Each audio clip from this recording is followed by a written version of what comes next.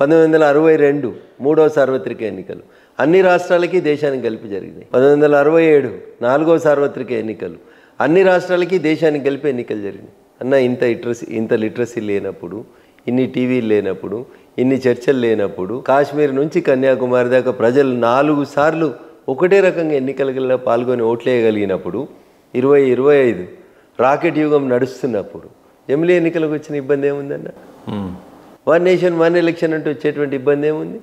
One nation one election కాన్సెప్ట్ని ఖరాబ్ చేసిందే కాంగ్రెస్. ఈ దేశ తొలి ప్రధాని జవహర్లాల్ నెహ్రూ గారు కేరళలో ఎన్నికైనటువంటి కమ్యూనిస్టు ప్రభుత్వాన్ని, కమ్యూనిస్టులకి వాళ్ళకి చెడిన తర్వాత మొట్టమొదటిసారిగా ఒకసారి ప్రజల చేత ఎన్నుకోబడినటువంటి ఒక కమ్యూనిస్టు ప్రభుత్వాన్ని రద్దు చేసి ఈ one nation one elections disturb చేసినటువంటి గౌరవ ప్రధాని ఎవరంటే ఈ దేశ తొలి ప్రధాని జవహర్లాల్ నెహ్రూరే.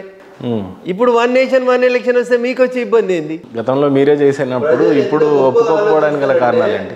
వార్డు మెంబర్కి వేరే వేస్తారు, సర్పంచ్కి వేరే వేస్తారు, ఎంపీటీసీకి వేరే వేస్తారు, జడ్పీటీసీకి వేరే వేస్తారు, ఎమ్మెల్యేకి వేరే ఓటేస్తారు, ఎంపీకి వేరే ఓటేస్తారు. అరే నీకంటే నాకంటే ప్రజలు 100 రెట్లు తెలివైన వాళ్ళన్నా వాళ్ళని అమాయకులని ఎట్లా అంటావు నువ్వు? వాళ్ళకి తెలియదు ఎట్లా అంటావు? వన్ నేషన్ వన్ ఎలక్షన్ తోటి మీకు వచ్చే నష్టమైంది.